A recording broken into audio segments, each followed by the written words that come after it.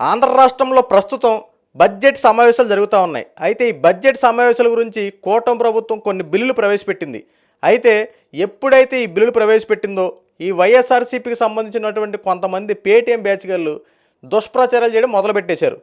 ఏమనంటే ఒక కొత్త అంశాన్ని తెరదీశారు. ఆంధ్ర రాష్ట్రంలో ఈ కూటమి ప్రభుత్వం ఈవీఎంలు ట్యాంపరింగ్లతో గెలిచింది. ఈ ట్యాంపరింగ్తో గెలిచినటువంటి ఈ కూటమి ప్రభుత్వం మాటలు ఎవరు వింటారు, ఇది ఒక బడ్జెట్టేనా అంటూ కొంతమంది బురద జల్లే రాజకీయాలు మొత్తం దుష్ప్రచారాలు చేయడం మొదలుపెట్టేశారు. నిజంగా ఈరోజున కూటమి ప్రభుత్వం ట్యాంపరింగ్తో గెలిచిందా? ట్యాంపరింగ్తో గెలవాల్సినంత అవసరం వచ్చిందా? అసలు ట్యాంపరింగ్లు జరుగుతాయా? జరిగితే ఏ రకంగా జరుగుతాయి? అసలు జరిగినాయి అంటారా? ఇలా ప్రతి విషయం గురించి ఈరోజు మనం పిన్ టు పిన్ మాట్లాడుకుందాం. ఈ వీడియో మీకు నచ్చితే సబ్స్క్రైబ్ చేసుకోండి, మరో నలుగురు షేర్ చేసి సబ్స్క్రైబ్ చేసుకోమని చెప్పండి. ఇంక విషయంలోకి వెళ్తే ఇప్పుడు కూటమి ప్రభుత్వం ట్యాంపరింగ్తో గెలిచిందంటూ ఈ వైఎస్ఆర్సీపీ వాళ్ళు మాట్లాడుతూ ఉన్నారు. అయితే 2019, 2024 ఎలక్షన్లో ఇవే ఈవీఎం మిషన్ల ద్వారానే మనం ఓట్లు వేసాం, ఇవే ఈవీఎం మిషన్ల ద్వారానే జగన్మోహన్ రెడ్డి సీఎం అయ్యాడు. అయితే అప్పుడు ట్యాంపరింగ్లు ఏమీ జరగలే, చక్కగా మిషన్లు పనిచేసాయి. అంటే 2019, 2024 ఎలక్షన్లో చక్కగా మిషన్లు పనిచేసినాయి అనమాట. ఇప్పుడు 2024 ఎలక్షన్లో మాత్రం ట్యాంపరింగ్ జరిగిపోయింది అంటూ ఈ వైసీపీ వాళ్ళ యొక్క వాదన. ఎందుకంటే ఇప్పుడు బడ్జెట్ సమావేశాలని ఏదో ఒక విధంగా తప్పుద్రోవ పట్టించాలి, టాపిక్ అంతా డైవర్ట్ చేసి పొలిటికల్లో మొత్తం మార్చేయాలి కాబట్టి కొత్త అంశం తెరదీశారు. అసలు ఈవీఎంలు గోళం మొదలుపెట్టేశారు. ఎలక్షన్లు జరిగినాయి ఎప్పుడు గతంలో 6 నెలలు అవుతుంది. 6 నెలల తర్వాత మళ్ళీ మొదటి అంశానికి వచ్చారు. ఈవీఎంతో గెలిచినటువంటి ప్రభుత్వాన్ని మళ్ళీ మొదటి అంశానికి వచ్చారు. అసలు ఇక్కడ కూటమి ప్రభుత్వం ఏర్పడడానికి ప్రధాన కారణం జగన్మోహన్ రెడ్డి ఆంధ్ర రాష్ట్రంలో చేస్తున్నటువంటి అరాచకాలు, దౌర్జన్యాలు. ఫస్ట్ ఆఫ్ ఆల్ ఎందుకంటే గత 5 సంవత్సరాల్లో జగన్మోహన్ రెడ్డి పథకాలు అనే పేరే తప్ప ప్రజలకు ఏమైనా చేసింది ఏమైనా ఉందా అని ఒక అంశం మీద ప్రజా తీర్పులు జరిగాయి. బాగా ఆలోచించండి. ఎందుకంటే ఒక్కసారి వ్యతిరేకత ఎలా వచ్చిందో ఒకసారి తెలిస్తే నిజంగా ట్యాంపరింగ్ జరిగింది మీకు అర్థమైపోద్ది. నిరుద్యోగుల దగ్గరికి వద్దాం. ఆంధ్ర రాష్ట్రంలో గత 5 సంవత్సరాలు నిరుద్యోగులు ఆంధ్ర రాష్ట్రాన్ని విడిచిపెట్టి పక్క దేశాలకు, పక్క రాష్ట్రాలకు వెళ్ళిపోయిన సంఘటనలు మనం చాలా వరకు ఉంటూనే ఉన్నాం, చాలా వార్తలు చూసాం. ఎందుకంటే ఇక్కడ ఉద్యోగ అవకాశాలు లేవు, పెట్టుబడులు పెట్టడం పరిశ్రమలు లేవు, పరిశ్రమలు ఏర్పడితేనే ఒక ఆశ లేదు. సో నిరుద్యోగులందరూ పక్క రాష్ట్రాలకు పోయారు.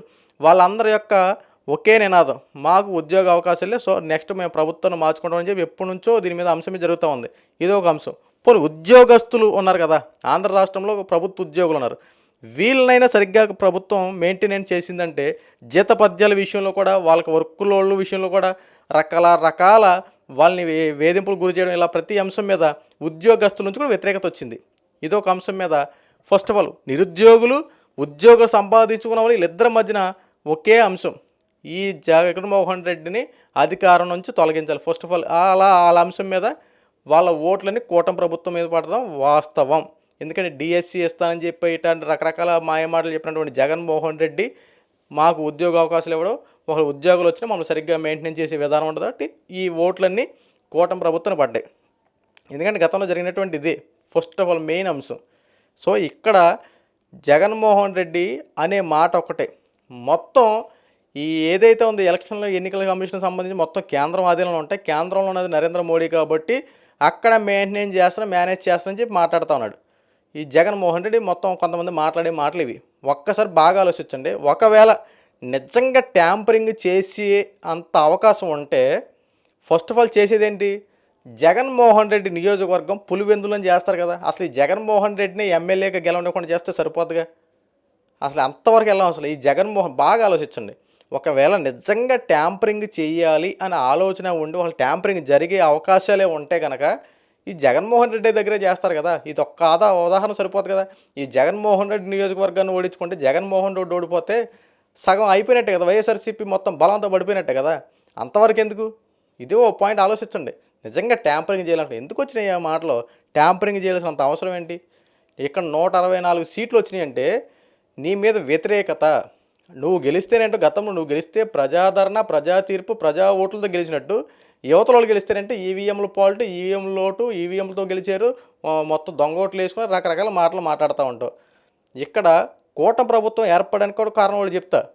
టీడీపీ జనసేనతో పొత్తు పెట్టుకుంది. ఎప్పుడు చంద్రబాబు గారు అరెస్ట్ అయినప్పుడు. అప్పుడు పొత్తు పెట్టుకున్న దగ్గర నుంచి ఈ రెండు పార్టీలు వెళ్తా ఉంటే ఇక్కడ బీజేపీ మద్దతు పొందడం కోసం ఈరోజు వీళ్ళు ఇద్దరు మాట్లాడుతూ ఉన్నారు. అటు నువ్వు కూడా వైఎస్ఆర్సీపీ పార్టీ వాళ్ళు కూడా వీళ్ళు కూడా బీజేపీ మద్దతు పొందడం కోసం మొత్తం ఎవరు నచ్చినటువంటి వాళ్ళు విశ్వ ప్రయత్నాలు చేస్తూ ఉన్నారు. ఇక్కడ కూటమి ప్రభుత్వాన్ని ఏర్పడడం కోసం బీజేపీని కలుపుకోవడం కోసం చాలా రకరకాల సందర్భాలు ఎదురయ్యి దరిదాపు నెల 2 నెలల తర్వాత బీజేపీ జనసేన టీడీపీలో చేరింది. అప్పుడు కూటమి ప్రభుత్వం ఏర్పడింది. అయినా సరే జగన్మోహన్ రెడ్డి సింగిల్గానే పోటీ చేశాడు, నో ప్రాబ్లం పోటీ చేశాడు. అయినా వైనాట్ 175 నావే అని చెప్పన్నాడు. ఇక్కడ కొంతమంది అస్సలు ట్యాంపరింగ్లు జరిగినాయి మీరు అంటున్నారు. అసలు ఎవరు గెలుస్తారు? ఇప్పటి నుంచి ఒక నినాదం వచ్చింది కదా, ఖచ్చితంగా ఈసారి కూటమి ప్రభుత్వాందే విజయం. ఎవరికాళ్ళు ఎనాలిసిస్ చెప్పడం, ఎవరికాళ్ళే సర్వేలు చేయడం ఇవన్నీ చేస్తూ ఉన్నారు.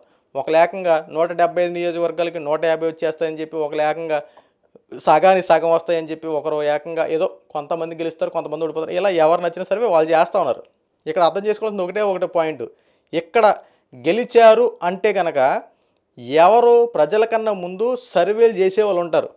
ఎందుకంటే కొద్దిగా టైమ్స్ నౌ సర్వేలు ఇలా పెద్ద పెద్ద సంస్థల వారు కూడా ఆంధ్ర రాష్ట్రం మీద సర్వేలు చేస్తారు. కేంద్రం నుంచి కూడా కొంతమంది సర్వే టీంని కూడా పంపిస్తూ ఉంటుంది. సో ఎక్కడికక్కడే సర్వేలు నిర్వహించి అసలు మెజారిటీ వచ్చే అవకాశం ఉందా? గత 5 సంవత్సరాలు జగన్మోహన్ రెడ్డి పాలన మీద కూడా సర్వేలు జరిగాయి. జగన్మోహన్ రెడ్డి 5 సంవత్సరాల పాలన ప్రజలకు నచ్చిందా నచ్చలేదా? నచ్చలేదనడానికి రీజన్స్ ఏంటి, నచ్చిందనడానికి రీజన్స్ ఏంటి?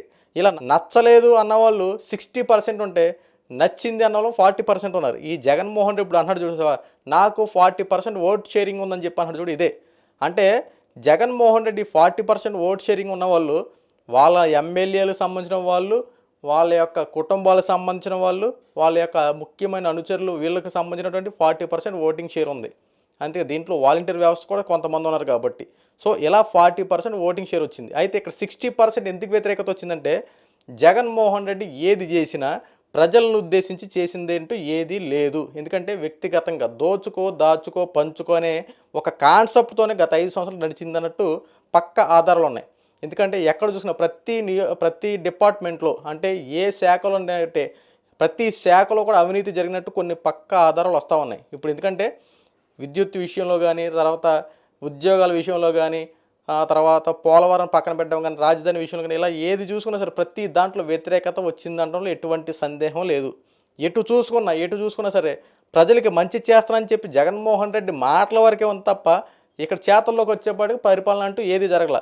అమ్మ ఒడి ఇచ్చేస్తానంటాడు, రైతు భరోసా తీసుకున్నాను అంటాడు, ఆటోలు 10,000 వేసేనంటాడు. ఇవన్నీ జరుగుతున్నాయి. కానీ ఎంతమంది జరిగాయి, ఎంత పడినాయి, ఎంత ఆగినాయి, ఇలాంటివన్నీ ప్రజలు లెక్కలేస్తారు కదా. గత 5 సంవత్సరాల్లో ప్రజలకి నిత్యావసర రేట్లు ఎంత పెరిగినాయి?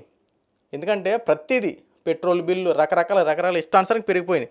ఇంకేమనంటే కేంద్రం పెంచితే మేమేం పెంచుతాం, అక్కడ ఏం చేయాలి రకరకాల మాటలు మాట్లాడతారు. కానీ ఇక్కడ ఈవీఎంలతో గెలిచే అవకాశాలు, ఎందుకంటే ట్యాంపరింగ్ జరుగుతాయి అనడంలో ఎటువంటి ఎంత తప్పుడు వార్తలు. ట్యాంపరింగ్ జరగడం అనేది పక్కా అబద్ధం. ఎందుకంటే ట్యాంపరింగ్లతో పక్కా మనకేంటంటే అక్కడ మాక్ పోలింగ్ జరుగుతూ ఉంటుంది, ఏజెంట్లు ఎదురుగా మాక్ పోలింగ్ జరుగుతూ ఉంటుంది. అక్కడ అన్ని పక్కా మిషన్స్ అన్నీ పర్ఫెక్ట్గా పనిచేస్తూ ఉంటాయి. ఎక్కడ ఎన్ని జరిగినా పర్టికులర్గా ఓటింగ్ ఎలక్షన్లు అన్నీ కరెక్ట్గా జరుగుతున్నాయి కాబట్టి వచ్చిన రిజల్ట్ పక్కా ప్రజల నుంచి వచ్చినటువంటి నిర్ణయం. ఒకవేళ ట్యాంపరింగ్ జరిగింది మీరు అంతా మాట్లాడుతున్నా, మీరు ప్రజల్ని అవమానిస్తున్నట్టు, ప్రజా తీర్పుని వ్యతిరేకిస్తున్నట్టు. ఇప్పటికైనా ఆలోచించి జరుగుతున్న పరిణామాలు బట్టి దుష్ప్రచారాలు చేయడం, అసత్య ప్రచారాలు చేయడం మానండి. ప్రజలందరూ చూస్తూ ఉన్నారు ఎవరిది మంచి ప్రభుత్వం, ఎవరిది ముంచే ప్రభుత్వం అందరూ తెలిసింది కాబట్టి కూటమి ప్రభుత్వాన్ని పట్టం కట్టారు.